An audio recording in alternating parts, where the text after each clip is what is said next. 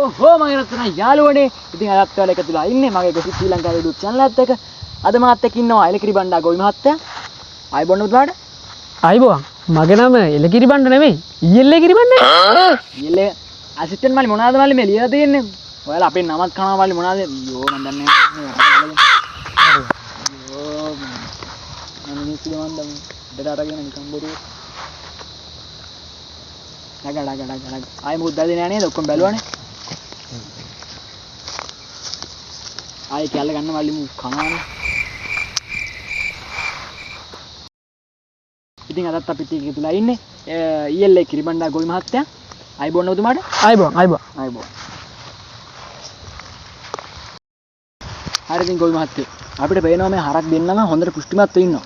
හොඳට කන්න බොන්න දෙනවා වගේ හොඳට පේනවා හොඳට පුෂ්ටිමත් ඉන්නවා. එයා මොනවාද මුන්ට කන්න දෙන්නේ? කළුවේ කාට සුදු කාට මහත්තයෝ? කළුවේ කාට? කළුවේ කාට නම් දෙන්නේ ඔය තනකොළ තමයි ඉතින්. තනකොළ තමයි නේද? ඒකට සුදු හරකට? සුදුවේ කාටත් ඉතින් ඔය තනකොළම තමයි දෙන්නේ මහත්තයෝ. තමයි නේද? ඔව්. දැන් ඔයා සාමාන්‍යයෙන් මුංගෙන් කිලි ලීටර කීයක් විතර ගන්නවද මාසයකට තාම? දවසකට කොච්චරක් ගන්නවද කිලි ලීටර?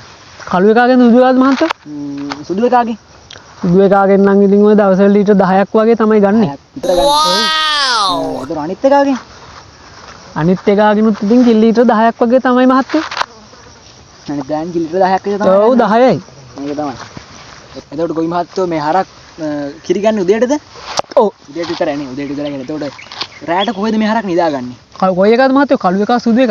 මුකේ ආච්චිට ඉඳපන්කෝ කෙරලා ගන්න. කළුවේ කා. කළුවේ කා නම් ඔය ඉතින් ගාලේ තමයි මහත්තයෝ නිදාගන්නේ. ගාලේ තමයි නිදාගන්නේ නේද? එතකොට මේ සුදු එක සුදු එක නිදාගන්න උත් එක්කම ඔය ගාලට වෙලා තමයි.